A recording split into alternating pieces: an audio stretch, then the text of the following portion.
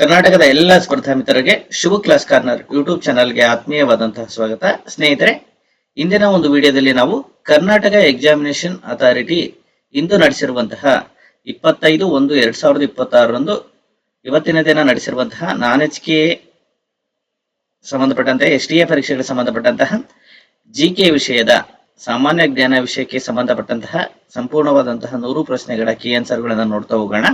ಸ್ನೇಹಿತರೆ, ಕೀ ಆನ್ಸರ್ಗಳನ್ನು ನೋಡುವುದಕ್ಕಿಂತ ಮುಂಚಿತವಾಗಿ ಈ ಪತ್ರಿಕೆಯ ಬಗ್ಗೆ ಒಂದು ವಿಶ್ಲೇಷಣೆಯನ್ನು ಮಾಡೋಣ.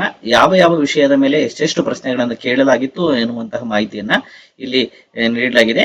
ಇಲ್ಲಿ ನೋಡಿ ಸ್ನೇಹಿತರೆ, ಇತಿಹಾಸ ವಿಷಯಕ್ಕೆ ಸಂಬಂಧಪಟ್ಟಂತೆ 15 ಪ್ರಶ್ನೆಗಳನ್ನ ಕೇಳಲಾಗಿದೆ. ಇತಿಹಾಸ ವಿಷಯಕ್ಕೆ ಸಂಬಂಧಪಟ್ಟಂತೆ 15 ಪ್ರಶ್ನೆಗಳನ್ನ ಕೇಳಲಾಗಿದೆ. ಹಾಗೆಯೇ ಭೂಗೋಳ ಶಾಸ್ತ್ರಕ್ಕೆ ಸಂಬಂಧಪಟ್ಟಂತೆ 7 ಪ್ರಶ್ನೆಗಳನ್ನ ಕೇಳಲಾಗಿದೆ. ಎಷ್ಟು ಪ್ರಶ್ನೆಗಳು? 7 ಪ್ರಶ್ನೆಗಳನ್ನ ಕೇಳಲಾಗಿದೆ. ನೋಡಿ, ಪಾಲಿಟಿ ಮತ್ತು ಕಾನ್ಸ್ಟಿಟ್ಯೂಷನ್, ರಾಜ್ಯಶಾಸ್ತ್ರ ಮತ್ತು ಸಂವಿಧಾನ ಎನ್ನುವಂತಹ ವಿಷಯಕ್ಕೆ ಸಂಬಂಧಪಟ್ಟಂತೆ 13 ಪ್ರಶ್ನೆಗಳನ್ನ ಕೇಳಲಾಗಿದೆ. ಹಾಗೆಯೇ ಅರ್ಥಶಾಸ್ತ್ರಕ್ಕೆ ಸಂಬಂಧಪಟ್ಟಂತೆ 2 ಪ್ರಶ್ನೆಗಳನ್ನು ಕೇಳಲಾಗಿದೆ. ಇನ್ನು ಕರೆಂಟ್ ಅಫೇರ್ಸ್ ಅಂದ್ರೆ ಪ್ರಚಲಿತ ವಿದ್ಯಮಾನಗಳಿಗೆ ಸಂಬಂಧಪಟ್ಟಂತೆ 30 ಪ್ರಶ್ನೆಗಳನ್ನ ಕೇಳಲಾಗಿದೆ. ಎಷ್ಟು ಪ್ರಶ್ನೆಗಳು? 30 ಪ್ರಶ್ನೆಗಳು. ನೋಡಿ, ಅತಿ ಹೆಚ್ಚು ಪ್ರಶ್ನೆಗಳನ್ನ ಕರೆಂಟ್ ಅಫೇರ್ಸ್ ವಿಭಾಗದಿಂದ ಆಯ್ಕೆ ಮಾಡ್ಕೊಂಡ್ಬಿಟ್ಟು ಈ ಪ್ರಶ್ನೆಯಲ್ಲಿ ಕೇಳಲಾಗಿದೆ. ಹಾಗಾಗಿ ನಾನು ಏನ್ ಹೇಳ್ತೇನೆ ಅಂದ್ರೆ, ಪ್ರತಿಯೊಂದು ಪರೀಕ್ಷೆಗಳು ಸಂಬಂಧಪಟ್ಟಂತೆ ಕರೆಂಟ್ ಅಫೇರ್ಸ್ ತುಂಬಾ ಪ್ರಮುಖವಾದಂತಹ ವಿಷಯ ಆಗುತ್ತೆ ಅನ್ನೋದು ನಿಮಗೆ ಗೊತ್ತಿರಲಿ ಸ್ನೇಹಿತರೆ. ಇನ್ನು ಸ್ಟ್ಯಾಟಿಕ್ GK ಯಾವುದೋ ಪ್ರಶ್ನೆ ಕೇಳಿಲ್ಲ. ಇನ್ನು ಜನರಲ್ ಸೈನ್ಸ್ ಸಂಬಂಧಪಟ್ಟಂತೆ 15 ಪ್ರಶ್ನೆಗಳನ್ನು ಕೇಳಲಾಗಿದೆ. ಇನ್ನು ಮೆಂಟಲ್ ಎಬಿಲಿಟಿ 9 ಪ್ರಶ್ನೆಗಳನ್ನು ಕೇಳಲಾಗಿದೆ. ಎನ್ವೈರನ್ಮೆಂಟ್ ಸೈನ್ಸ್ 5 ಪ್ರಶ್ನೆಗಳನ್ನು ಕೇಳಲಾಗಿದೆ. ಸೈನ್ಸ್ ಅಂಡ್ ಟೆಕ್ನಾಲಜಿ ಕೇಳಿಲ್ಲ.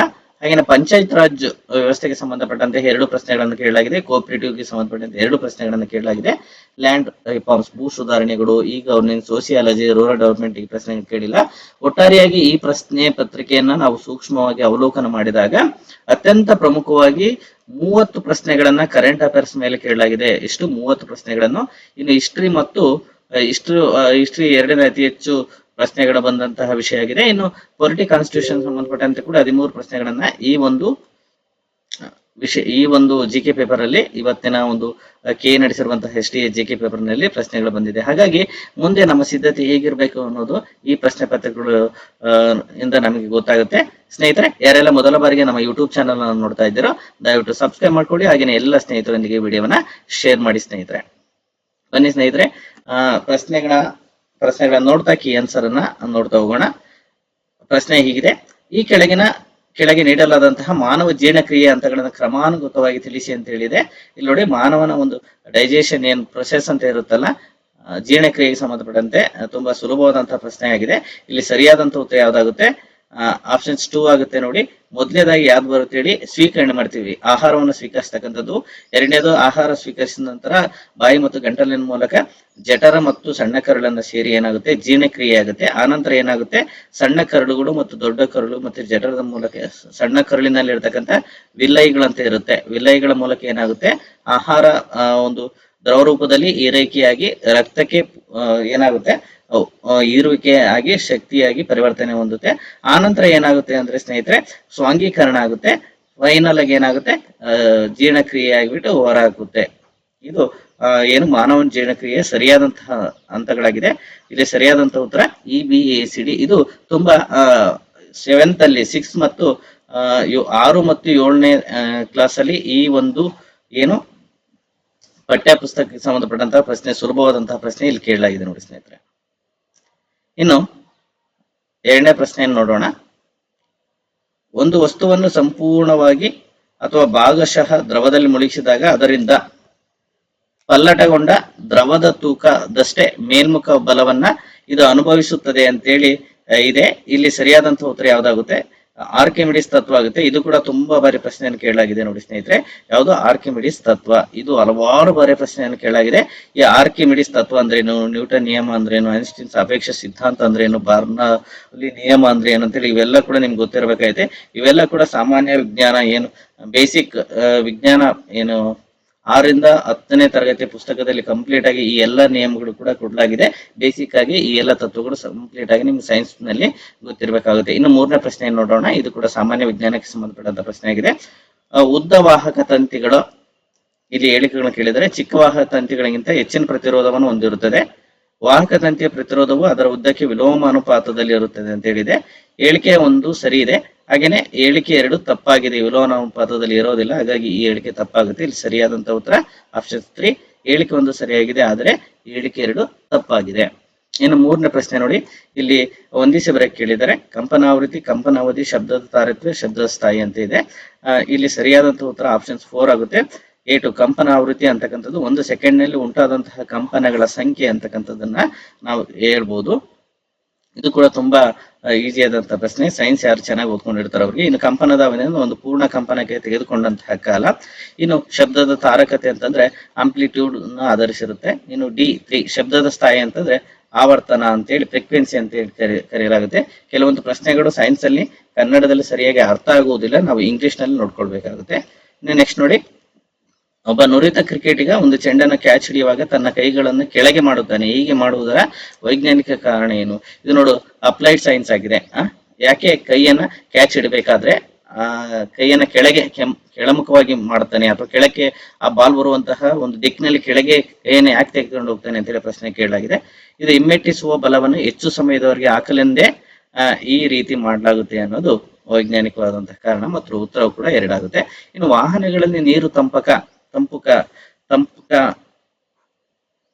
ಅಂದ್ರೆ ಕೋಲ್ಡ್ ಗಾಗಿ ಯಾವುದನ್ನು ಬಳಸ್ತಾರೆ ಅಂತ. ಇದರ ವಿಶೇಷ ಉಷ್ಣ ಸಾಮರ್ಥ್ಯ ಹೆಚ್ಚಾಗಿದೆ, ಹಾಗಾಗಿ ಇದು ಸರಿಯಾದಂತಹ ಉತ್ತರ ಆಗುತ್ತೆ. ಇನ್ನು 7ನೇ ಪ್ರಶ್ನೆ, ನದಿಗಳು ತಮ್ಮ ಮುಖ್ಯ ನದಿಗಳನ್ನು ಸೇರುವ ಮಾನದಂಡವನ್ನು ಆಧರಿಸಿ ಈ ಕೆಳಗಿನ ಯಾವ ಕ್ರಮಾನುಗತವು ಸರಿಯಾಗಿದೆ ಅಂತ ಹೇಳಿದೆ. ನೋಡಿ, ಮುಖ್ಯ ನದಿಗಳನ್ನ ಯಾವ್ದು ಸೇರುತ್ತೆ ಅಂತ ಹೇಳಿ, ಸಿಂಧು ನದಿ, ಇವೆಲ್ಲ ಉಪನದಿಗಳಾಗಿವೆ. ಜೇಲಮ್ಮು, ಚೆನಾಬ್, ಸಟ್ಲೇಜು, ಸಿಂಧು, ಇದು ಸರಿಯಾದಂತಹ ಉತ್ತರ ಆಗುತ್ತೆ. ಇನ್ನು 8ನೇ ಪ್ರಶ್ನೆ, ಕರೆಂಟ್ ಅಫೇರ್ಸ್ ಮೇಲೆ ಕೇಳಿದಾರೆ ನೋಡಿ. ಕರೆಂಟ್ ಅಫೇರ್ಸ್ ಮೇಲೆ ಕ್ವಶನ್. ಜಲ ಜೀವನ್ ಮಿಷನ್ ಕುಡಿಯುವ ನೀರಿನ ಯೋಜನೆಗಳನ್ನು ಯೋಜಿಸುವುದು, ಅನುಮೋದಿಸುವುದು ಮತ್ತು ಅನುಷ್ಠಾನಗೊಳಿಸತಕ್ಕಂಥದ್ದು, ನಿರ್ವಹಿಸುವುದು, ಮೇಲ್ವಿಚಾರಣೆ ಮಾಡುವ ಜವಾಬ್ದಾರಿ ಭಾರತದಲ್ಲಿ ರಾಜ್ಯ ಸರ್ಕಾರಗಳ ಮೇಲಿದೆ ಅಂತ ಹೇಳಿದೆ. ಇದು ಸರಿಯಾಗಿದೆ ಸ್ನೇಹಿತರೆ. ಹಾಗೇನೆ ಕುಡಿಯುವ ನೀರು ಭಾರತದ ಒಂದು ರಾಜ್ಯ ವಿಷಯವಾಗಿದೆ ಅಂತಕ್ಕಂಥದ್ದು. ನೋಡಿ, ನೀರು ಅಂತಕ್ಕಂಥದ್ದು, ಈ ನೀರು ಅಂತಕ್ಕಂಥದ್ದು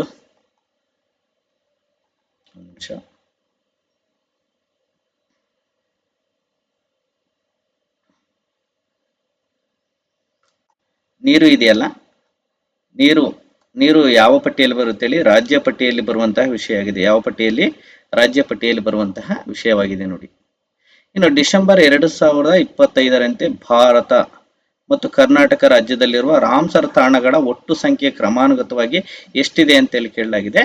ಒಟ್ಟಾರೆಯಾಗಿ ದೇಶದಲ್ಲಿ 96 ಇದೆ, ಕರ್ನಾಟಕದಲ್ಲಿ 4 ಇದೆ ಅಂತಕ್ಕಂಥದ್ದು ನಮಗೆ ಗೊತ್ತಿರಬೇಕು. Very very important. ನೀವು ಯಾವಾಗಲೂ ಕೂಡ ಈ ಒಂದು ವಿಷಯದ ಮೇಲೆ ನೀವು ಖಂಡಿತವಾಗಿ ಒಂದು ಕರೆಂಟ್ ಅಫೇರ್ಸ್ ಪ್ರಶ್ನೆಯನ್ನ ನಿರೀಕ್ಷಿಸಬಹುದಾಗಿದೆ. ಈಗಾಗಲೇ KS ಅಲ್ಲಿ ಕೂಡ ಯಾವ್ಯಾವ ಅವು 4 ಕರ್ನಾಟಕದ ರಾಮ್ಸರ್ ತಾಣಗಳಂತೇಳಿ ಪ್ರಶ್ನೆಗಳನ್ನ ಕೇಳಲಾಗಿದೆ. ಜೊತೆಗೆ ಇತ್ತೀಚೆಗೆ ಯಾವ್ಯಾವ ಹೊಸದಾಗಿ ಈ ಒಂದು ರಾಮ್ಸರ್ ಪಟ್ಟಿಗೆ ಸೇರ್ಪಡೆ ಆಗಿರ್ತಾವೋ ಅವು ಕೂಡ ಎಕ್ಸಾಮ್ ದೃಷ್ಟಿಯಿಂದ ತುಂಬಾ ಇಂಪಾರ್ಟೆಂಟ್ ಆಗುತ್ತೆ ನೋಡಿ ಸ್ನೇಹಿತರೆ.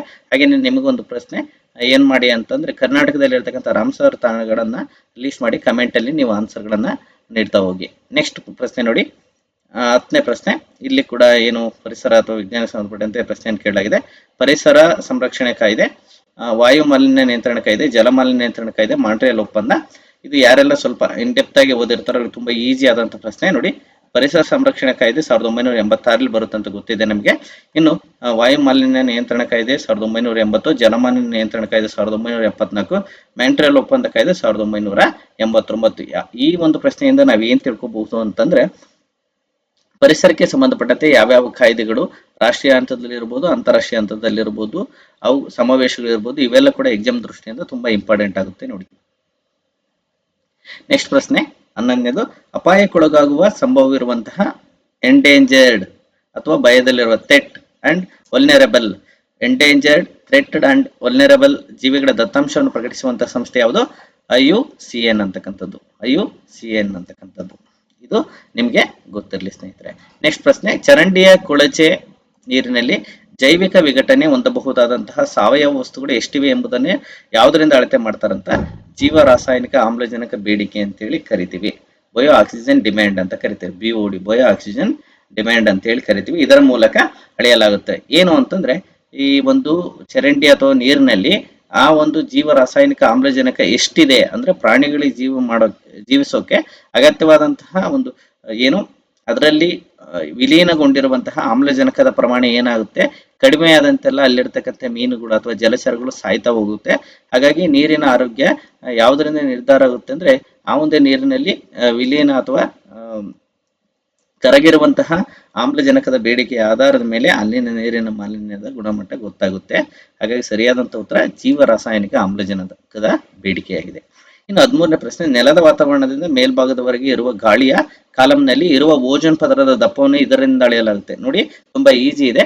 ಓಜೋನ್ ಪದರದ ಒಂದು ದಪ್ಪವನ್ನ ಯಾವುದರ ಆಧಾರದ ಮೇಲೆ ಅಳೆಯಲಾಗುತ್ತೆ ಅಂತ ಡಾಬ್ಸನ್ ಯೂನಿಟ್ಗಳು ಅಂತೇಳಿ ಅಳೆಯಲಾಗುತ್ತೆ ನೋಡಿ ಸ್ನೇಹಿತರೆ. ಡಾಬ್ಸನ್ ಯೂನಿಟ್ಗಳು ಅಂತೇಳಿ, ಇಲ್ಲಿ ಕೂಡ ಡಾಬ್ಮನ್ ಅಂತ ಇದೆ ನೋಡಿ, ಡಾಬ್ಮನ್. ಎಷ್ಟು ಡಾಬ್ಮನ್ ಇದು ಡಾಬ್ಸನ್ ಯೂನಿಟ್ ಅಂತಕ್ಕಂಥ ಸರಿಯಾದಂತಹ ಉತ್ತರ ಆಗುತ್ತೆ. ಇನ್ನು ನಿಮಗೊಂದು ಪ್ರಶ್ನೆ, ಇದು ಯಾವುದು ಓಜೋನ್ ಪದರ ಯಾವ ಒಂದು ಗಾಳಿಯ ಒಂದು ವಾಯುಗುಣದ ಪದರದಲ್ಲಿ ಬರುತ್ತದೆ ಅನ್ನೋದನ್ನ ನೀವು ಕಮೆಂಟ್ ಮಾಡಿ ಸ್ನೇಹಿತರೆ. ಸ್ಟ್ರಾಟೋಸ್ಫಿಯರ್ ಬರುತ್ತೋ, ಟ್ರೋಪೋಸ್ಫಿಯರ್ ಬರುತ್ತೋ, ಅಯೋನೋಸ್ಫಿಯರ್ ಎಲ್ಲ ಬರುತ್ತೋ ಅಂತ ಹೇಳಿ ನೀವು ಕಮೆಂಟ್ ಮಾಡಿ. ನೆಕ್ಸ್ಟ್, ಯಾರು ಕರ್ನಾಟಕದ ಅರಣ್ಯದ ವಿಶ್ವಕೋಶ ಅಂತೇಳಿ ಕರೆಯಲಾಗುತ್ತೆ? ತುಳಸಿಗೌಡ ಅಂತಕ್ಕಂಥದ್ದು ಸರಿಯಾದಂತ ಉತ್ತರ ಆಗುತ್ತೆ.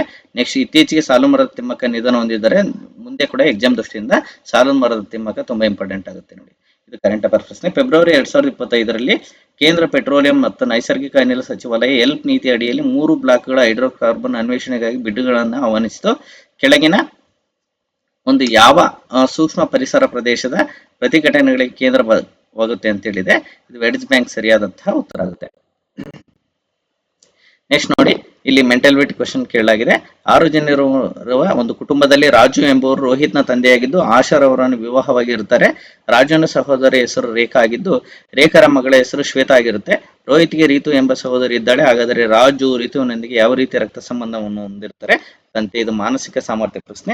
ಇದನ್ನು ಸ್ವಲ್ಪ ನೀವು ಪ್ರಾಕ್ಟೀಸ್ ಮಾಡಿದ್ರೆ ಈಸಿಯಾಗಿ ಉತ್ತರವನ್ನ ನೀಡಬಹುದಾಗಿದೆ. ಇಲ್ಲಿ ನೋಡಿ, ಕೆಳಗಿನ ರೇಖಾಚಿತ್ರವನ್ನು ಅಭ್ಯಸಿಸಿ ಕೆಳಗೆ ಕೇಳದಂತಹ ಪ್ರಶ್ನೆಗೆ ಉತ್ತರ ಕೊಡಬೇಕಾಗುತ್ತೆ. ತ್ರಿಕೋನವು ಮಹಿಳೆಯರನ್ನ, ವೃತ್ತವು ವಿವಾಹಿತರನ್ನ, ಈ ರೀತಿ ಬರ್ಕೋಬೇಕು. ತ್ರಿಕೋನವು ಯಾರನ್ನ ಸೂಚಿಸುತ್ತೆ? ಮಹಿಳೆಯರನ್ನ. ವೃತ್ತ ಇದೆಯಲ್ಲ, ಅದು ಈ ವೃತ್ತ ಇದೆಯಲ್ಲ ವಿವಾಹಿತರನ್ನ ಸೂಚಿಸುತ್ತೆ. ಮತ್ತೆ ಆಯತ ಇದೆಯಲ್ಲ, ಈ ಆಯತವು ಉದ್ಯೋಗಸ್ಥರನ್ನ ಪ್ರತಿನಿಧಿಸುತ್ತೆ ಅಂತೇಳಿ ನೀವು ಮಾಡ್ಕೋಬೇಕು. ಇಲ್ಲಿ ನೋಡಿ, ಆನ್ಸರ್ ಅನ್ನು ಹುಡ್ಕೋ ಮೊದಲು ಪ್ರಶ್ನೆ ಸರಿಯಾಗಿ ಅರ್ಥ ಮಾಡ್ಕೋಬೇಕಾಗುತ್ತೆ. ಉದ್ಯೋಗಸ್ಥರಾಗಿರದ ವಿವಾಹಿತ ಮಹಿಳೆಯರನ್ನು ಪ್ರತಿನಿಧಿಸುವಂತಹ ಸಂಖ್ಯೆಗಳ ಮೊತ್ತ ಎಷ್ಟು? ಮೊತ್ತ ಕೇಳಿದರೆ 2 ಕೂಡಬೇಕು, 6 ಆಗುತ್ತೆ ಸರಿಯಾದಂತ ಉತ್ತರ. ಉದ್ಯೋಗಸ್ಥರು ಅಂದ್ರೆ ಇವ್ರು ಯಾರು ಬರಲ್ಲ, ಇವ್ರು ಯಾರು 5, 6 ಇವ್ ಯಾವ ಬರೋದಿಲ್ಲ. ಇವನ್ ಬಿಟ್ಟು ವಿವಾಹಿತ ಮಹಿಳೆ, ವಿವಾಹಿತರು ಇದ್ರಾಗ ಬರ್ತಕ್ಕಂಥ ವಿವಾಹಿತರು ಜೊತೆಗೆ ಉದ್ಯೋಗಸ್ಥರಾಗಿರಬಾರದು. ವಿವಾಹಿತ ಯಾರು?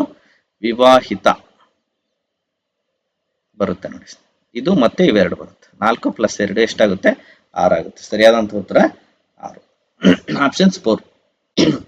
ನೆಕ್ಸ್ಟ್ ನೋಡಿ, 18ನೇ ಪ್ರಶ್ನೆಗೆ ಸರಿಯಾದಂತಹ ಉತ್ತರ 60 ಡಜನ್ಗಳಾಗುತ್ತೆ. ಕೆಲವು ತುಂಬಾ ಲೇಟ್ ಆಗುತ್ತೆ, ಎಕ್ಸ್ಪ್ಲೇನ್ ಮಾಡ್ತಾ ಹೋದ್ರೆ ನಾನು ಉತ್ತರವನ್ನು ನೀಡ್ತಾ ಹೋಗ್ತೀನಿ, ಕೆಲವೊಂದು ಮಾತ್ರ ಎಕ್ಸ್ಪ್ಲೇನ್ ಮಾಡ್ತೀನಿ. ಇನ್ನು 19ನೇ ಪ್ರಶ್ನೆಗೆ 250 ಸರಿಯಾದಂತಹ ಉತ್ತರ ಆಗುತ್ತೆ. ಇನ್ನು 20ನೇ ಪ್ರಶ್ನೆಗೆ ಒಂದು JYRNA ಅಂತಕ್ಕಂಥ ಸರಿಯಾದಂತಹ ಉತ್ತರ ಆಗುತ್ತೆ. ಇನ್ನು 21ನೇ ಪ್ರಶ್ನೆ, ತ್ರಿಭುಜದ ಕೋನಗಳು 3:2:7 ಅನುಪಾತದಲ್ಲಿದ್ದರೆ ಈ ತ್ರಿಭುಜದ ಕೋನಗಳು ಎಷ್ಟಾಗುತ್ತೆ ಅಂತ? 45, 30 ಡಿಗ್ರಿ, 105 ಅಂತ. ಇನ್ನು 2025 ಸೆಪ್ಟೆಂಬರ್ 22 ನಡೆದ ಏಷ್ಯಾ ಕಪ್ ಫೈನಲ್ ನಲ್ಲಿ ಭಾರತವು ಪಾಕಿಸ್ತಾನವನ್ನು ಸೋಲಿಸಿ ಪ್ರಶಸ್ತಿಯನ್ನ ಗೆದ್ದಿತು. ಈ ಪಂದ್ಯ ನಡೆದ ಸ್ಥಳ ಯಾವುದು ಅಂತ ಕೇಳಿದರೆ ದುಬೈ. ನೋಡಿ, ಇತ್ತೀಚೆಗೆ ಏನಾದರೂ ಭಾರತವು ಅಂತಾರಾಷ್ಟ್ರೀಯ ಮಟ್ಟದಲ್ಲಿ ಯಾವುದಾದ್ರೂ ಕ್ರೀಡೆಯಲ್ಲಿ ಅತ್ಯುನ್ನತವಾದಂತಹ ಸಾಧನೆಯನ್ನ ಅಥವಾ ಚಾಂಪಿಯನ್ ಆಗಿದ್ರೆ ಅದು ಎಕ್ಸಾಮ್ ದೃಷ್ಟಿಯಿಂದ ತುಂಬಾ ಇಂಪಾರ್ಟೆಂಟ್ ಆಗುತ್ತೆ ನೋಡಿ ಸ್ನೇಹಿತರೆ. ನೆಕ್ಸ್ಟ್ ನೋಡಿ, ಈ ಬಾರಿ T20 ವರ್ಲ್ಡ್ ಕಪ್ ನಡೀತಾ ಇದೆ. ಇದ್ರ ಬಗ್ಗೆ ಕೂಡ ನೀವು ಅಂಕಿ ಸಂಖ್ಯೆಗಳನ್ನ ದಾಖಲು ಮಾಡ್ಕೋಬೇಕಾಗುತ್ತೆ. ಬಿಕಾಸ್ ಭಾರತ ಮತ್ತು ಶ್ರೀಲಂಕಾದ ಆತಿಥ್ಯದಲ್ಲಿ ನಡೆಯೋದ್ರಿಂದ ಎಷ್ಟು ತಂಡಗಳು ಭಾಗಿಯಾಗಿದ್ವು, ಯಾವುದು ಪ್ರಶಸ್ತಿಯನ್ನು ಗೆಲ್ತು, ಜೊತೆಗೆ ಯಾರು ರನ್ನರ್ ಅಪ್ ಆದ್ರು, ಮತ್ತೆ ಹೆಚ್ಚು ವಿಕೆಟ್ಗಳನ್ನ ಪಡೆದವರು ಯಾರು, ಜೊತೆಗೆ ಹೆಚ್ಚು ರನ್ ಅನ್ನು ಗಳಿಸಿದವರು ಯಾರು, ಇಷ್ಟೆಲ್ಲ ಮಾಹಿತಿಯನ್ನು ತಿಳ್ಕೊಂಡ್ರೆ ನೀವು ಈವನ್ STA ಇಂದ IAS ವರೆಗೂ ಕೂಡ ಯಾವ್ದು ಪ್ರಶ್ನೆಯನ್ನು ಕೇಳಿದ್ರು ಕೂಡ ಉತ್ತರವನ್ನ ನೀಡಬಹುದಾಗಿದೆ. ಇನ್ನು 23ನೇ ಪ್ರಶ್ನೆಗೆ ಸರಿಯಾದಂತಹ ಉತ್ತರ 9650 ಆಗುತ್ತೆ. ಇನ್ನು 24ನೇ ಪ್ರಶ್ನೆಗೆ ಮೆಂಟಲಿಟಿ ಸಂಬಂಧಪಟ್ಟಂತೆ 30 ಲೀಟರ್ ಸರಿಯಾದಂತ ಉತ್ತರ ಆಗುತ್ತೆ. 25ನೇ ಪ್ರಶ್ನೆಗೆ ಸರಿಯಾದಂತ ಉತ್ತರ ಇದು ಕೂಡ ಮೆಂಟಲಿಟಿ ಪ್ರಶ್ನೆ, ಆಪ್ಷನ್ 3 C ಆಗುತ್ತೆ. ಇಲ್ಲಿ ನೋಡಿ, ಇದು ಜಿಯೋಗ್ರಫಿ ಸಂಬಂಧಪಟ್ಟಂತ ಪ್ರಶ್ನೆ ಆಗಿದೆ. 26ನೇ ಪ್ರಶ್ನೆ, ಹೊಂದಿಸಿ ಬರೆಯಲು ಕೇಳಿದರೆ ಇಲ್ಲಿ ಸರೋವರ ಇದೆ, ರಾಜ್ಯ ಇದೆ. ನೋಡಿ, ಈ ಪ್ರಶ್ನೆಯಿಂದ ಏನ್ ಗೊತ್ತಾಗುತ್ತೆ ಅಂದ್ರೆ ಸರೋವರಗಳು, ನದಿಗಳು, ಸಮುದ್ರ, ಸಾಗರಗಳು, ಕೊಲ್ಲಿಗಳು, ಇವೆಲ್ಲ ಕೂಡ ಏನಾಗುತ್ತೆ ಎಕ್ಸಾಮ್ ದೃಷ್ಟಿಯಿಂದ ತುಂಬಾ HYT ಟಾಪಿಕ್ ಆಗುತ್ತೆ ನೋಡಿ ಸ್ನೇಹಿತರೆ. ಇಲ್ಲಿ ಯಾವ್ಯಾವ ರಾಜ್ಯದಲ್ಲಿದೆ ಅಂತೇಳಿ ಪ್ರಶ್ನೆಯನ್ನು ಕೇಳಲಾಗಿದೆ. ಫತೇ ಸಾಗರ್ ರಾಜಸ್ಥಾನದಲ್ಲಿದೆ, ನಾಯಕ ಸಾಗರ್ ಹಿಮಾಚಲ್ ಪ್ರದೇಶದಲ್ಲಿದೆ, ಕೆಚಿಯೋ ಪಲರಿ ಸರೋವರ ಯಾವುದರಲ್ಲಿದೆ ಸಿಕ್ಕಿಂನಲ್ಲಿದೆ, ಹಾಗೇನೆ ಭೀಮ್ತಾಲ್ ಸರೋವರ ಉತ್ತರಾಖಂಡದಲ್ಲಿದೆ. ಹಾಗಾಗಿ ಸರಿಯಾದಂತಹ ಉತ್ತರ ಆಪ್ಷನ್ಸ್ 1 ಆಗುತ್ತೆ ನೋಡಿ. ಇನ್ನು ಸರಿಯಾದಂತಹ ಜೋಡಣೆಯನ್ನು ನೋಡಿ, ಖಾರಿಪ್ಪು ಭತ್ತ ಬೆಳೆಗಳ ಬಗ್ಗೆ ಕೂಡ ಇಂಪಾರ್ಟೆಂಟ್ ಆಗುತ್ತೆ. ಬೆಳೆಗಳು ಎಕ್ಸಾಮ್ ದೃಷ್ಟಿಯಿಂದ ಇಂಪಾರ್ಟೆಂಟ್.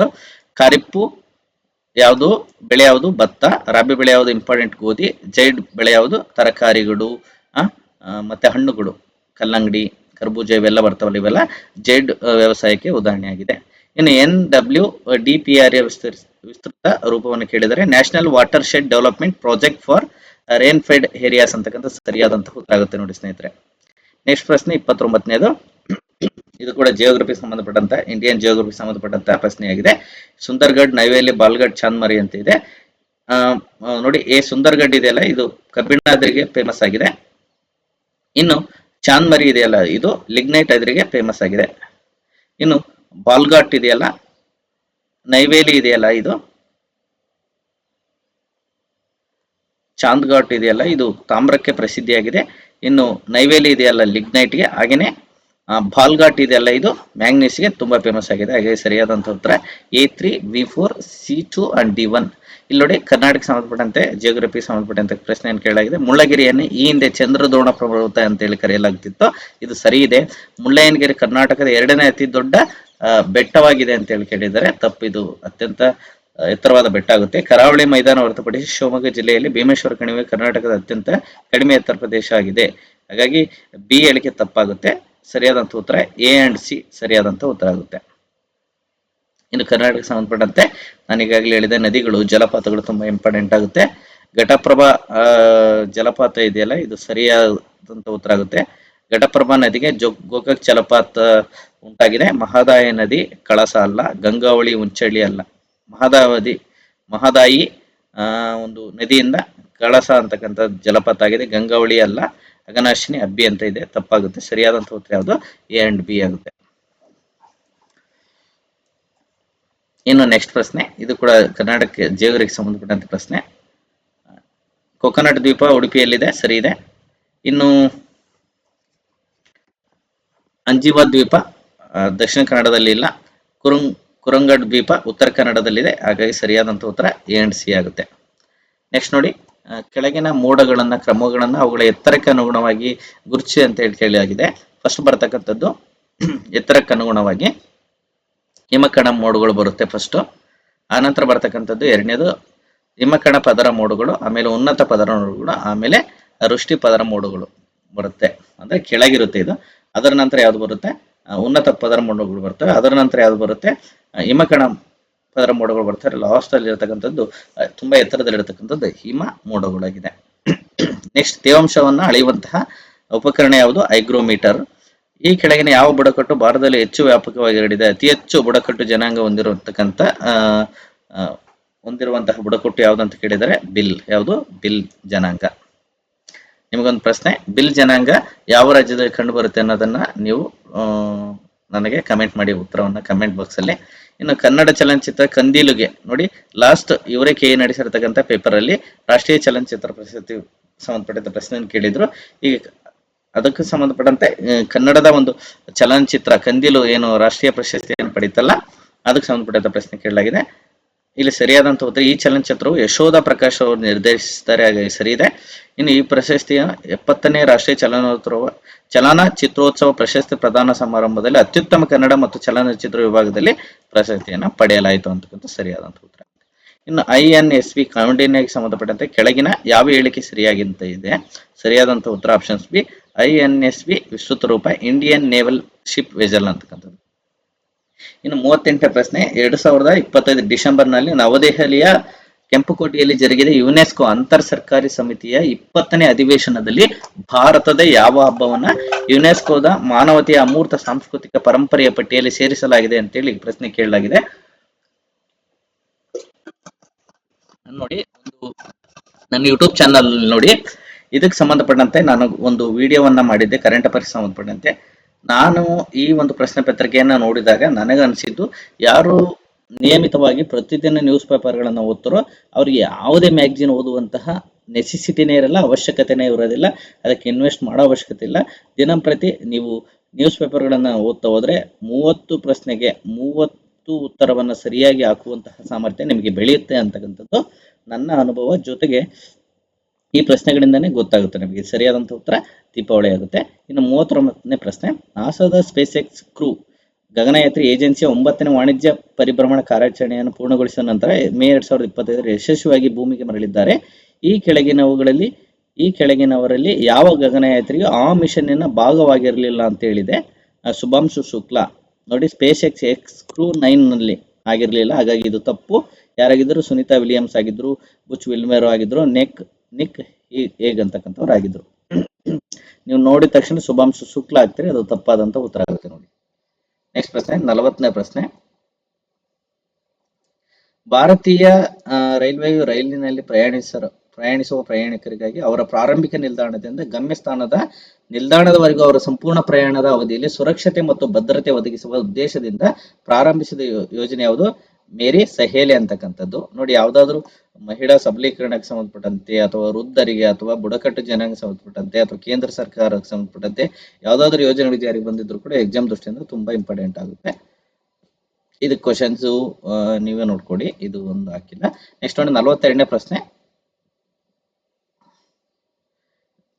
ವೆನಿಜುವೆಲಾ ಅಧ್ಯಕ್ಷರಾಗಿ ನಿಕೋಲಸ್ ಮಡುರೋ ಅವರು ಸೆರೆ ಹಿಡಿದ ನಂತರ ಡೊನಾಲ್ಡ್ ಟ್ರಂಪ್ ರವರು ಅವ್ರ ಮೇಲೆ ದಾಳಿ ಮಾಡಿಬಿಟ್ಟು ಅವ್ರನ್ನ ಸೆರೆ ಹಿಡಿದಿದ್ದಾರೆ.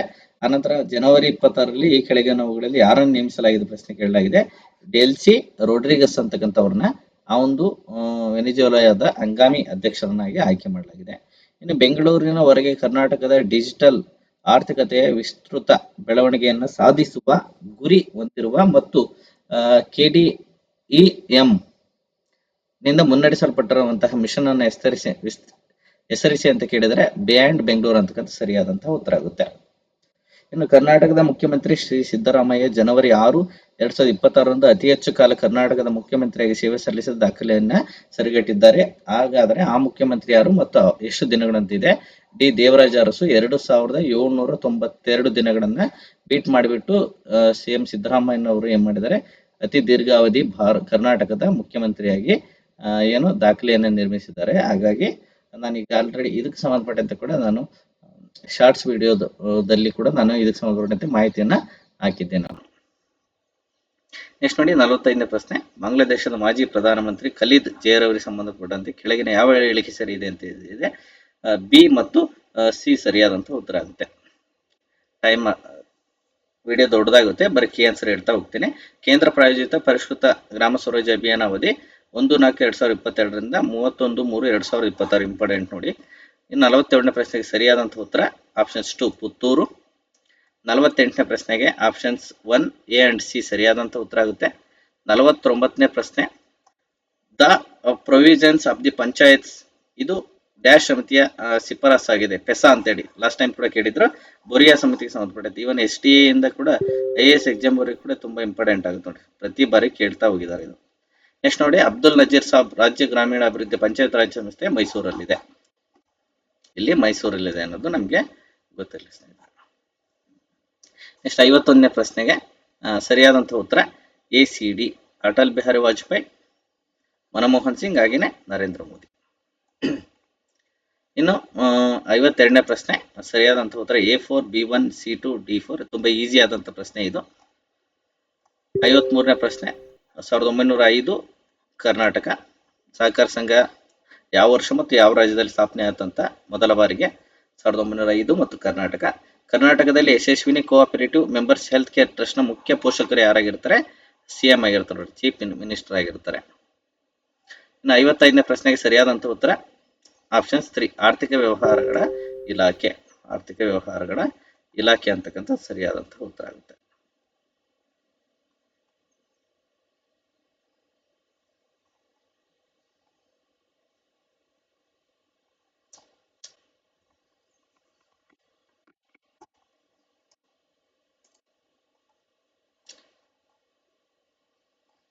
ಐವತ್ತಾರನೇ ಪ್ರಶ್ನೆ, ಸರಿಯಾದಂತ ಉತ್ತರ ಕೇಂದ್ರೀಯ ಸೇವೆಯ ಅಧಿಕಾರಿ ಸಮಿತಿ ಮತ್ತು ಸೇವೆಗೆ ಸಂಬಂಧಿಸಿದಂತೆ ವಿವಾದಗಳು ತೀರ್ಮಾನಿಸುವ ನ್ಯಾಯಮಂಡಳಿ ಕೇಂದ್ರೀಯ ಆಡಳಿತಾತ್ಮಕ ನ್ಯಾಯಮಂಡಳಿಯಾಗಿದೆ.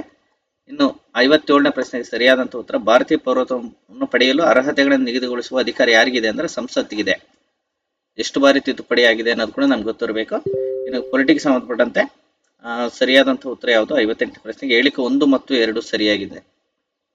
ಇನ್ನು ಸ್ಥಳೀಯ ಸಂಸ್ಥೆಗಳಿಗೆ ಸಂಬಂಧಪಟ್ಟಂತೆ ಚುನಾವಣೆಗಳಲ್ಲಿ ಸ್ಪರ್ಧಿಸಲು ಅಗತ್ಯವಾದಂತಹ ಕನಿಷ್ಠ ವಯಸ್ಸು 21 ವರ್ಷ. ಸಂವಿಧಾನ ತಿದ್ದುಪಡಿಗೆ ಸಂಬಂಧಪಟ್ಟಂತೆ ವಿಧಿ ಮತ್ತು ಭಾಗವನ್ನು ಗುರುತಿಸಿ 368ನೇ ವಿಧಿ ಅಡಿಯೇ ಮತ್ತೆ ಭಾಗ 20ನೇ ಭಾಗ ಎಷ್ಟು 20ನೇ ಭಾಗ. ನೆಕ್ಸ್ಟ್ ನೋಡಿ 61ನೇ ಪ್ರಶ್ನೆ ಅನುಸೂಚಿತ ಬುಡಕಟ್ಟುಗಳನ್ನ ರಾಷ್ಟ್ರೀಯ ಆಯೋಗಕ್ಕೆ ಸಂಬಂಧಿಸಿದಂತೆ ಯಾವುದು ಹೇಳಿಕೆ ಸರಿ ಇದೆ ಅಂತ ಹೇಳಿದೆ. ಆಯೋಗವು ಸಾಂವಿಧಾನಿಕ ಸಂಸ್ಥೆಯಾಗಿದೆ, ಸರಿ ಇದೆ. 338 ವಿಧಿಯಲ್ಲಿ ಸ್ಥಾಪನೆಯಾಗಿದೆ. ಪ್ರತ್ಯೇಕ ಅನುಸೂಚಿತ ರಾಷ್ಟ್ರೀಯ ಆಯೋಗ 2004ರಲ್ಲಿ ಅಸ್ತಿತ್ವಕ್ಕೆ ಬಂದ, ಸರಿ ಇದೆ. ಭಾರತದ ರಾಷ್ಟ್ರಪತಿಗಳು ಆಯೋಗದ ಅಧ್ಯಕ್ಷ ಆಗಿರ್ತಾರೆ, ಇಲ್ಲ. ಅವರು ಭಾರತ ರಾಷ್ಟ್ರಪತಿಗಳೇ ಮಾಡ್ತಾರೆ, ಬೇರೆಯವರನ್ನ ನೇಮಕವನ್ನ ಮಾಡ್ತಾರೆ. ಇನ್ನು ಎರವಲಿಗೆ ಸಂಬಂಧಪಟ್ಟಂತೆ ಪ್ರಶ್ನೆಯನ್ನು ಕೇಳಲಾಗಿದೆ. ಐರ್ಲೆಂಡಿನ ಸಂವಿಧಾನದಿಂದ ನಾವು ರಾಜ್ಯ ನಿರ್ದೇಶಕ ತತ್ವಗಳನ್ನು ಪಡ್ಕೊಂಡು ಆಸ್ಟ್ರೇಲಿಯಾ ಸಂವಿಧಾನದಿಂದ ಸಮವರ್ತಿ ಪಟ್ಟಿಗಳನ್ನ, ಫ್ರಾನ್ಸ್ ಸಂವಿಧಾನದಿಂದ ಪ್ರಸ್ತಾವನೆ ಮತ್ತು ಸ್ವಾತಂತ್ರ್ಯವನ್ನು ಪಡ್ಕೊಂಡಿದ್ದೀವಿ. ದಕ್ಷಿಣ ಆಫ್ರಿಕಾ ಸಂವಿಧಾನದಿಂದ ಸಂವಿಧಾನ ತಿದ್ದುಪಡಿ ವಿಧಾನಗಳನ್ನ ಪಡ್ಕೊಂಡಿದ್ದೀವಿ ಅನ್ನೋದು ನಮ್ಗೆ ಗೊತ್ತಿರಲಿ ಸ್ನೇಹಿತರೆ. ನೆಕ್ಸ್ಟ್ ಹೊಸ ಅಖಿಲ ಭಾರತ ಸೇವೆಯನ್ನು ಹೇಗೆ ಸೃಜಿಸಬಹುದು ಅಂದ್ರೆ ರಾಜ್ಯಸಭೆಯ ನಿರ್ಣಯದ ಮೂಲಕ ಸೃಜಿಸಬಹುದು ಅನ್ನೋದು ನಮಗೆ ಸರಿಯಾದಂತ ಉತ್ತರ ಆಗುತ್ತೆ. ಇನ್ನು ಜಿಎಸ್ಟಿಗೆ ಸಂಬಂಧಪಟ್ಟಂತೆ ಪ್ರಶ್ನೆಯನ್ನು ಕೇಳಲಾಗಿದೆ. ಇಲ್ಲಿ 2015ರಲ್ಲಿ ಅಂಗೀಕರಿಸಿತು, ಜಿಎಸ್ಟಿಗೆ ಅನುವು ಮಾಡಿಕೊಡ್ತು. ಇದು ಜಿಎಸ್ಟಿ ಮಂಡಳಿಯನ್ನು ಸ್ಥಾಪನೆಗೆ ಅವಕಾಶ ಮಾಡಿತು ಅಂತ ಹೇಳಿದೆ. ಯಾವುದು ತಪ್ಪಾಗಿದೆ ಅಂತ ಹೇಳಿದೆ. ಇದು 2015 ಅಂತಕ್ಕಂಥದ್ದು ತಪ್ಪಾಗುತ್ತೆ ಸ್ನೇಹಿತರೆ, 2017 ಅನ್ಸುತ್ತೆ. ಪ್ರಶ್ನೆ ಸರಿಯಾಗಿ ಅರ್ಥ ಮಾಡ್ಕೋಬೇಕು. ಮುನ್ಸಿಪಲ್ ಕಾರ್ಪೊರೇಷನ್ ಮುನ್ಸಿಪಲ್ ಕಮಿಷನರ್ ಅನ್ನು ಯಾರು ನೇಮಕ ಮಾಡ್ತಾರೆ? ಈ ಪ್ರಶ್ನೆಯನ್ನು ಮುನ್ಸಿಪಲ್ನ ಕಮಿಷನರ್ ಅನ್ನು ಯಾರು ನೇಮಕ ಮಾಡ್ತಾರೆ ಅನ್ನೋದನ್ನ ನೋಡೋದಾದ ಸ್ನೇಹಿತರೆ, ರಾಜ್ಯ ಸರ್ಕಾರ ನೇಮಕ ಮಾಡುತ್ತೆ. ಮುನ್ಸಿಪಲ್ ಕಮಿಷನರ್ ಅನ್ನ ರಾಜ್ಯ ಸರ್ಕಾರ ನೇಮಕ ಮಾಡುತ್ತೆ. ಇನ್ನು ಕೆಳಗೆ ನೀಡಿರುವಂತಹ ರಾಜ್ಯ ನಿರ್ದೇಶಕ ತತ್ವಗಳಿಗೆ ಸಂಬಂಧಪಟ್ಟಂತೆ ಸರಿಯಾದಂತ ಹೇಳಿಕೆಗಳನ್ನ ಗುರುತಿಸಬೇಕಾಗುತ್ತೆ. ರಾಜ್ಯ ನಿರ್ದೇಶಕ ತತ್ವ 4ನೇ ಭಾಗದಲ್ಲಿ ರಾಜ್ಯ ನಿರ್ದೇಶಕ ತತ್ವಗಳು ಸೇರಿಸಲಾಗಿದೆ. ಕಾನೂನಿನ ಮೂಲಕ ಅನುಷ್ಠಾನ ಮಾಡಲಾಗಲ್ಲ, ಇದನ್ನ ರಾಜ್ಯ ನ್ಯಾಯ ರಕ್ಷಿತವಾಗಿಲ್ಲ. ಹಾಗಾಗಿ ಈ 2 ಹೇಳಿಕೆಗಳು ತಪ್ಪಾಗುತ್ತೆ. ಸರಿಯಾದಂತ ಉತ್ತರ ಆಪ್ಷನ್ ಸಿ.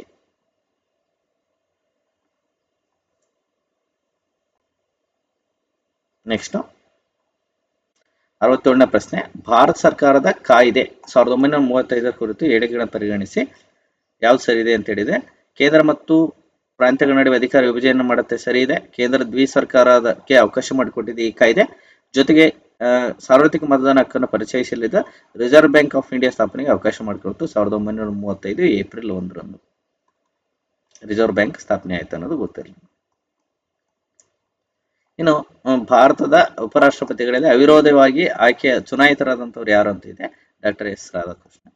ಭಾರತದ ಕೇಂದ್ರ ಶಾಸಕಾಂಗಕ್ಕೆ ಸಂಬಂಧಪಟ್ಟಂತೆ ಯಾವುದು ಸರಿ ಇದೆ ಹೇಳಿಕೆ ಅಂತೇಳಿ ಕೇಳಲಾಗಿದೆ. ಸಂವಿಧಾನವು 79ನೇ ವಿಧಿ ಕೇಂದ್ರ ಶಾಸಕಾಂಗದ ಬಗ್ಗೆ ವಿವರಿಸುತ್ತೆ, ಸರಿ ಇದೆ. ಕೇಂದ್ರ ಶಾಸಕಾಂಗವು ಸಂಸತ್ತು ಅಂತ ಹೇಳ್ತಾರೆ. ಕೇಂದ್ರ ಶಾಸಕಾಂಗವು 2 ಸದನಗಳ ದೇಶದ ಜನತೆಯನ್ನ ಪ್ರತಿನಿಧಿಸಲ್ಪಡುತ್ತವೆ. ಹಾಗಾಗಿ ಸರಿಯಾದಂತ ಉತ್ತರ ಆಪ್ಷನ್ 3. ಇನ್ನು 70ನೇ ಪ್ರಶ್ನೆಗೆ ಸರಿಯಾದಂತ ಉತ್ತರ ಕರ್ನಾಟಕ ಏಕೀಕರಣಕ್ಕೆ ಸಂಬಂಧಪಟ್ಟಂತ ಪ್ರಶ್ನೆಯನ್ನು ಕೇಳಲಾಗಿದೆ ನೋಡಿ. ಎ ಬಿ ಸರಿ ಇದೆ. ಪುನರ್ರಚನಾ ಆಯೋಗವು ಮೈಸೂರು ರಾಜ್ಯದ ಏಕೀಕರಣಕ್ಕೆ ಶಿಫಾರಸು ಮಾಡಿತು. 1956 ನವೆಂಬರ್ ಏಕೀಕೃತ ಮೈಸೂರು ರಾಜ್ಯ ರಚನೆ ಆಯಿತು. ಇನ್ನು 71ನೇ ಪ್ರಶ್ನೆಗೆ ಸರಿಯಾದಂತಹ ಉತ್ತರ ಆಪ್ಷನ್ಸ್ 2. ಇನ್ನು 72ನೇ ಪ್ರಶ್ನೆಗೆ ಸರಿಯಾದಂತಹ ಉತ್ತರ ಆಪ್ಷನ್ಸ್ 1. 73ನೇ ಪ್ರಶ್ನೆಗೆ ಸರಿಯಾದಂತಹ ಉತ್ತರ ಶಿವಾಜಿ ಸೈನ್ಯ ಯಾವ ಕದನದಲ್ಲಿ ಸೋಲಿಸಿತು 472ರಲ್ಲಿ? ಮೊಘಲರನ್ನ ಸಾಲ್ವೇರ್ ಕದನದಲ್ಲಿ. ಕೆಳಗಿನ ಯಾವ ಸ್ಥಳಗಳಲ್ಲಿ ಸ್ತೂಪವನ್ನು ನಿರ್ಮಿಸಲಾಗಿಲ್ಲ ಅಂತ ಕೇಳಿದರೆ ಕಾರ್ಲೆ, ಭರತು, ಸಾರನಾಥ್ ಮತ್ತು ಸಾಂಚಿಯಲ್ಲಿ ಸ್ಥಾಪಿಸಲಾಗಿದೆ, ಇಲ್ಲಿ ಸ್ಥಾಪನೆ ಮಾಡಿಲ್ಲ. ನೆಕ್ಸ್ಟ್ ನೋಡಿ 75ನೇ ಪ್ರಶ್ನೆಗೆ ಸರಿಯಾದಂತಹ ಉತ್ತರ ಆಪ್ಷನ್ಸ್ 2. ಸರಿಯಾದಂತ ಉತ್ತರ ಆಪ್ಷನ್ಸ್ 2.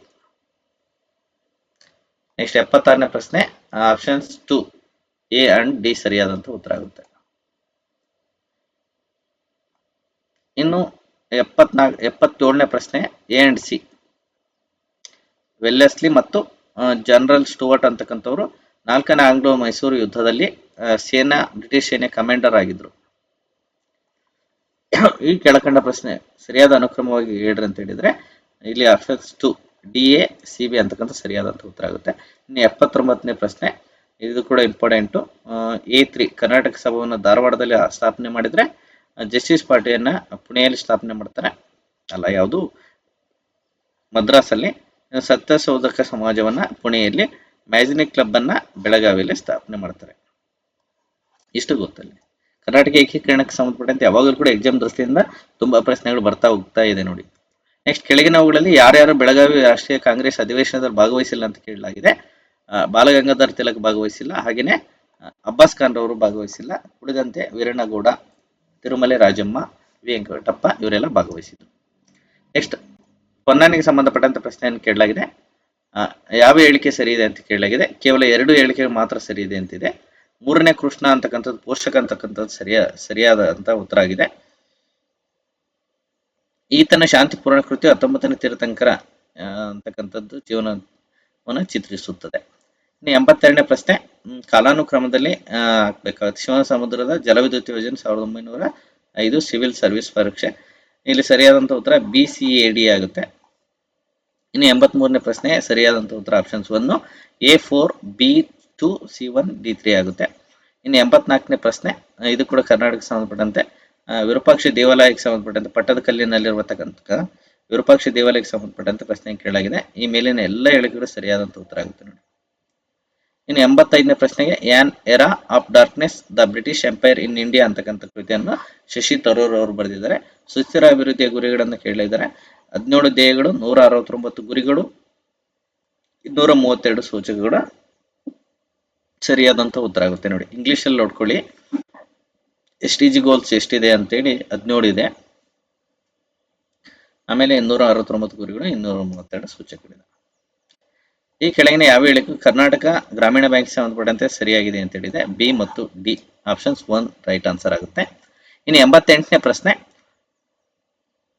ಯಾವ್ದು ಸರಿಯಾಗಿದೆ ಅಂತ ಕೇಳಿದರೆ ಬೆಂಗಳೂರು ವಿಭಾಗ ಚನ್ನಗಿರಿ, ಬೆಳಗಾವಿ ಹೊನ್ನಾವರ ಸರಿಯಿದೆ, ಕಲಬುರಗಿ ಮಸ್ಕಿ ರಾಯಚೂರಲ್ಲಿ ಕಂಡು ಬರುತ್ತೆ, ಮೈಸೂರು ಬ್ರಹ್ಮಾವರ. ಹಾಗಾಗಿ ಎಲ್ಲ ಹೇಳಿಕೆಗಳು ಸರಿಯಾಗಿದೆ. ಇನ್ನು ಡಿಸೆಂಬರ್ 2025ರಲ್ಲಿದ್ದಂತೆ ಭಾರತ ಸರ್ಕಾರದ ಕೇಂದ್ರ ಸಹಕಾರ ಮಂತ್ರಿಗಳು ಯಾರು ಅಂತ ಕೇಳಿದರೆ ಅಮಿತ್ ಶಾ ಅವರು ಕೇಂದ್ರ ಸಹಕಾರ ಮಂತ್ರಿಗಳಾಗಿದ್ದಾರೆ. 2025ರಲ್ಲಿ ಉಂಟಾದ ಕೆಳಕಂಡ ಚಂಡಮಾರುತಗಳು ಕೂಡ ಇಂಪಾರ್ಟೆಂಟ್ ಆಗುತ್ತೆ. ಯಾವ್ಯಾವುದು? ಮೋಂತಾ ಮತ್ತೆ ದಿತ್ವಾ ಅಂತಕ್ಕಂಥದ್ದು ಸರಿಯಾದಂತ ಉತ್ತರ ಆಗುತ್ತೆ. ಇನ್ನು 91ನೇ ಪ್ರಶ್ನೆ, ಕರ್ನಾಟಕದ ಆರ್ಥಿಕತೆಗೆ ಸಂಬಂಧಪಟ್ಟಂತೆ ಕೆಳಗಿನ ಯಾವ ಹೇಳಿಕೆಗಳು ಸರಿಯಾಗಿದೆ? ಎ ಅಂಡ್ ಬಿ ಎರಡು ಸರಿಯಾಗಿದೆ. 2011ರ ಜನಗಣತಿ ಪ್ರಕಾರ ಕರ್ನಾಟಕ ಗ್ರಾಮೀಣ ಜನಸಂಖ್ಯೆ ಶೇಕಡಾವಾರು ಪ್ರಮಾಣ ಭಾರತ ಮಟ್ಟಕ್ಕಿಂತ ಕಡಿಮೆ ಇದೆ. 2011ರ ಜನಗಣತಿಯಲ್ಲಿ ಕರ್ನಾಟಕದಲ್ಲಿ ಕೊಡಗು ಮತ್ತು ಉತ್ತರ ಕನ್ನಡ ಜಿಲ್ಲೆಗಳಲ್ಲಿ ಅತಿ ಕಡಿಮೆ ಜನಸಾಂದ್ರತೆ ಇದೆ, ಸರಿ ಇದೆ. 92ನೇ ಪ್ರಶ್ನೆ ಆಪ್ಷನ್ಸ್ 4 ಎ ಸರಿಯಾಗಿದೆ, ಸಿಯು ಎಗೆ ಸರಿಯಾದಂತ ವಿವರಣೆಯಾಗಿದೆ. ಇನ್ನು 93ನೇ ಪ್ರಶ್ನೆ, ಇದು general science, C and D ಸರಿಯಾದಂತ ಉತ್ತರ ಆಗುತ್ತೆ. ನೀರಿನ ಕುದಿಯುವ ಬಿಂದು ಯಾವಾಗಲೂ 100°C ಆಗುತ್ತೆ, ಇದು ಯಾವಾಗಲೂ ಬದಲಾಗಲ್ಲ, ಹಾಗೆ ಸರಿಯಾದಂತ ಉತ್ತರ. ನೀರಿನ ಕುದಿಯುವ ಬಿಂದು ಹೊರಗಿನ ಒತ್ತಡ ಹೆಚ್ಚಿದಂತೆ ಕಡಿಮೆಯಾಗುತ್ತೆ. ಇನ್ನು 94ನೇ ಪ್ರಶ್ನೆ, ಇದು ಕೂಡ ಜನರಲ್ ಸೈನ್ಸ್ ಸಂಬಂಧಪಟ್ಟ ಪ್ರಶ್ನೆ. 10% ಸಕ್ಕರೆಯ ದ್ರಾವಣವನ್ನು ಕೆಳಗಿನ ಯಾವ ರೀತಿಯ ಸಕ್ಕರೆಯನ್ನು ಕರಗಿಸುವಲ್ಲಿ ತಯಾರಿಸಬಹುದು ಅಂತ ಹೇಳಿದೆ. ಡಿ ಮಾತ್ರ. 10 ಗ್ರಾಂ ಸಕ್ಕರೆಯನ್ನು 100 ಮಿಲಿಮೀಟರ್ ನೀರಿನಲ್ಲಿ ಕರಗಿಸಬಹುದು. 95ನೇ ಪ್ರಶ್ನೆ, ಕೆಳಗಿನ ಸುಳಿವುಗಳನ್ನು ಆಧರಿಸಿ ನೋಡಿ, ಇಲ್ಲೆಲ್ಲ ಸುಳಿವುಗಳನ್ನು ಕೊಟ್ಟಿದ್ದಾರೆ, ಯಾವುದ್ರ ಬಗ್ಗೆ ವಿವರಣೆ ಕೊಡುತ್ತೆ ಅಂತ ಗೊತ್ತಿರಬೇಕು ನಮಗೆ. ಗ್ಲಿಸರಿನ್ ಬಗ್ಗೆ ಮೇಲಿನ ಹೇಳಿಕೆಗಳು ಹೇಳುತ್ತೆ. ಇನ್ನು 96ನೇ ಪ್ರಶ್ನೆ, ವಿಟಮಿನ್ಗಳು ಮತ್ತು ರೋಗಗಳ ಸಂಬಂಧಪಟ್ಟಂತೆ. ಇದು ಕೂಡ ತುಂಬಾ ಈಸಿ ಆಗಿರ್ತಕ್ಕಂಥ ಪ್ರಶ್ನೆ. ನೀವು ಯಾರೆಲ್ಲ ಬೇಸಿಕ್ ಸೈನ್ಸ್ ಬುಕ್ಸ್ಗಳನ್ನು ಓದ್ತೀರಾ DSCRT ಈಸಿಯಾಗಿ ಉತ್ತರವನ್ನು ಕೊಡಬಹುದು. ವಿಟಮಿನ್ B6 ಇಂದ ಕನ್ವಲ್ಷನ್ ಅಂತಕ್ಕಂಥ ರೋಗ ಬರುತ್ತೆ. ವಿಟಮಿನ್ B12 ಇಂದ ಪರ್ನಿಷಿಯಸ್ ಅನಿಮಿಯಾ, ವಿಟಮಿನ್ ಎ ಇಂದ ಝೆರಲ್ ಪಾಲ್ಮಿಯಾ ಅಂತಕ್ಕಂಥ ರೋಗ ಬರುತ್ತೆ. ಇನ್ನು 97ನೇ ಪ್ರಶ್ನೆ, ಸಸ್ಯಗಳಲ್ಲಿ ಆಹಾರವು ಆಕರಾಂಗದಿಂದ ಉಪಯೋಗಿಸಲ್ಪಡುವ ಅಂಗಕ್ಕೆ ವರ್ಗಾವಣೆಯಾಗುವ ರೂಪ ಸುಕ್ರೋಸ್. ಇನ್ನು 98ನೇ ಪ್ರಶ್ನೆ ನೋಡಿ, ಯಾವುದು ಉದ್ದೇಶವಿಲ್ಲದೆ ಅಥವಾ ಉದ್ದೇಶಪೂರ್ವಕ ವ್ಯಾಪರಿಸಲ್ಪಟ್ಟಂತ ಕಳೆಗಳ ಪ್ರಭೇದಗಳು ಯಾವುವು? ಕಳೆ ಪ್ರಭೇದ ಯಾವುದಂತ. ವಾಟರ್ ಹಯಾಸಿಂತ್ ತುಂಬಾ ಸಮಸ್ಯೆ ಆಗಿತ್ತು, ಹಲವಾರು ಜನ ದಿನಪತ್ರಿಕೆಗಳು ಬರ್ತಾ ಇತ್ತು. ಲಂಟಾನ ಇದು ಕೂಡ ಕಳೆ ಸಸಿಯಾಗಿದೆ. ಜೊತೆಗೆ ಕ್ಯಾರೆಟ್ ಗ್ರಾಸ್ ಅಂತಕ್ಕಂಥದ್ದು ಇದು ಕೂಡ ಏನಾಗಿದೆ? ಕಳೆ ಸಸಿಗಳಾಗಿದೆ. ಇನ್ನು 99ನೇ ಪ್ರಶ್ನೆ,